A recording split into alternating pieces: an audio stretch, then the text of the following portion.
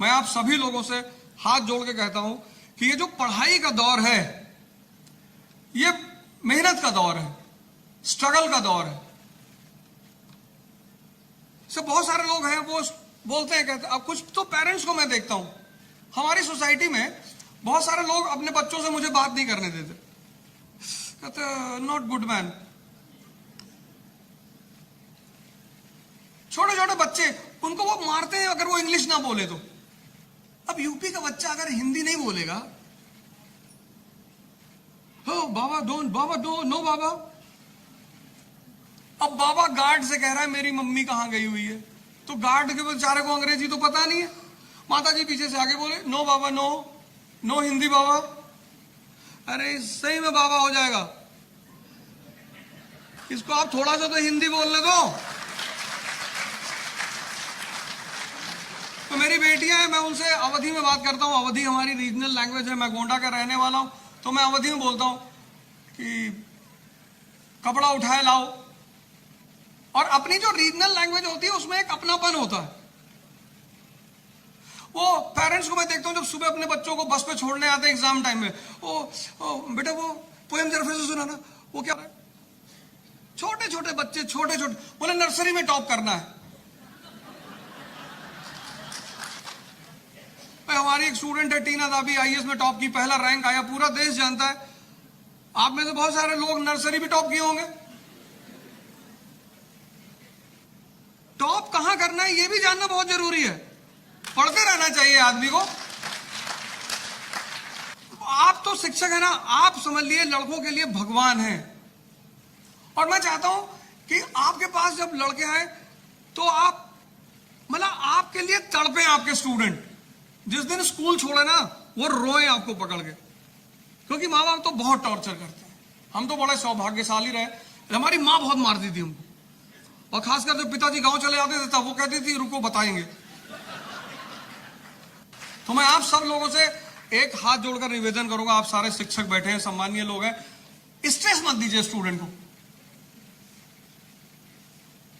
जानते हैं डॉक्टर अंबेडकर की महानता में जो सबसे बड़ा नाम है वो दो टीचरों का नाम है। एक दो टीचर हैं, उसमें एक डॉक्टर फेंडसे हैं। कितना मानते थे डॉक्टर फेंडसे, बहुत मानते थे डॉक्टर अंबेडकर को। एक बार बारिश में वो भीग गए, अपने घर लेकर गए, उनका पूरा कपड़ा चेंज करवाया, लेकर आए। और एक उनके शिक्षक हैं अंबेडकर साहब, जिससे उन्होंने टाइटल ली, अपनी टिफिन में से खाना खिलाते थे। आप अपना दबाव रखिए, आप ऐसा भी मत करिए कि मतलब आपका दबाव रहे, लेकिन लड़का आपसे मिलने को बेताब रहे। आप उसको बताते रहिए कि तुम्हारी ये गलती है, यहां तुम गलती कर रहे हो। स्ट्रेस मत दीजिए। पेरेंट्स ले रहे हैं घर पे कि हमारे घर में सब डॉक्टर हैं, अब इस घर की इज्जत भी तुम्हारे हाथ में है। क्लास 9th के लड़के को इज्जत पकड़ा दी। हर एक विद्यार्थी कुछ कॉमन गलतियां करता है, कुछ कॉमन, 3-4 गलती कॉमन करेगा सब।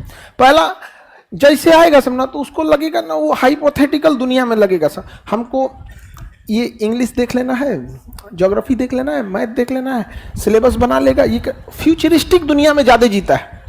ये हर फेलियर स्टूडेंट को दिखेगा। अरे भैया तुम आज बैठे हो पढ़ने ना, आज सोचो क्या पढ़ोगे। और कभी भी शॉर्ट टर्म प्लान मत बनाइएगा कि हमको 2 महीना में ये खत्म कर देना। जैसे अगर कोई एग्जाम अगर मान के चलिए 3 महीना बचा है, तो इतना समझिए ना कि शुरुआत करके 3 महीना में आपसे नहीं होने वाला है।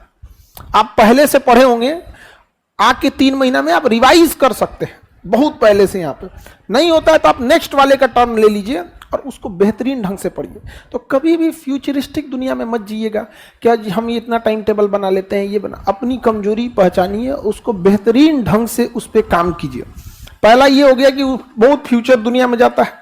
दूसरी गलती करता है, जो उसको अच्छा लगता है ना उसको बहुत पढ़ता है, भले वो एग्जाम में ज्यादा आए या ना आए। और जो उसको कमजोर लगता है ना उसको वो छोड़ते जाता है। जिस वजह से आपको टीचर नहीं ना बनना है। अगर आपको टीचर बनना होता, लाइव में हो या कहीं पे भी हो, सबकी स्टूडेंट की कॉमन, अगर आपको टीचर बनना है तो आप एक स्पेशलिस्ट हो जाइए।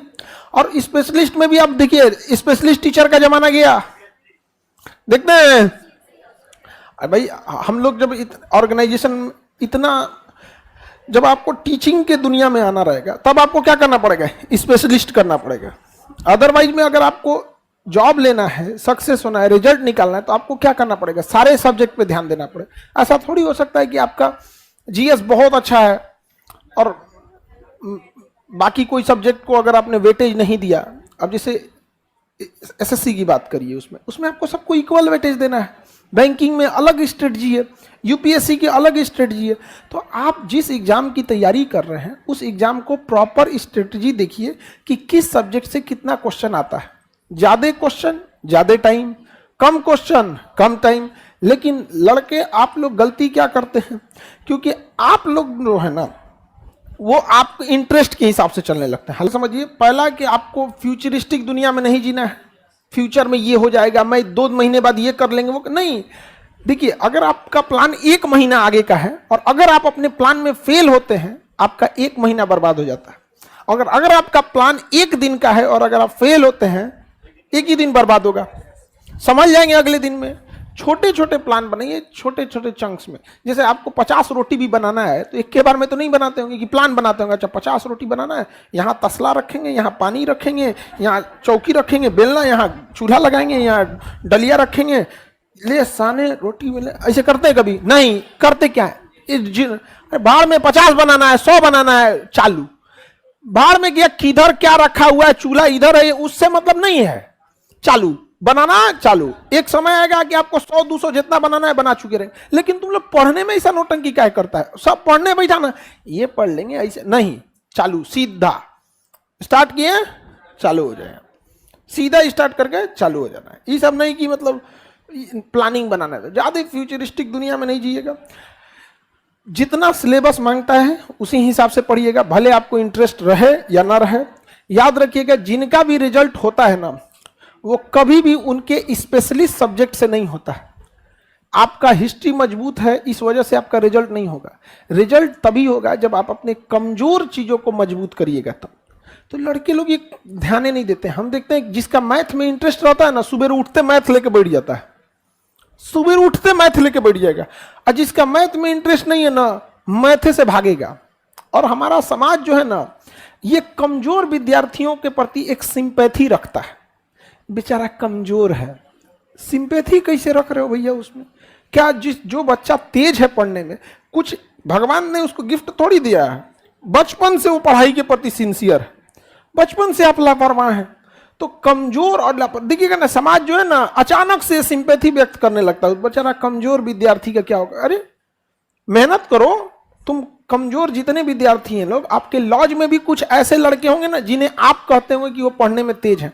जरा देखिएगा उनका रूटीन पढ़ने का कितना होगा। एक बार बैठेगा सब तो 6-6, 4-4, 5-5 घंटा एक के बार बैठक में पड़ जाता है। तो आप में उतना गट्स होना चाहिए यहाँ पर पढ़ने के लिए। क्या चाहिए? स्पेशलिस्ट बनने की कोशिश मत कीजिएगा। और यही स्पेशलिस्ट बनने के चक्कर में पूरा भारत डैमेज हुआ है। कैसे?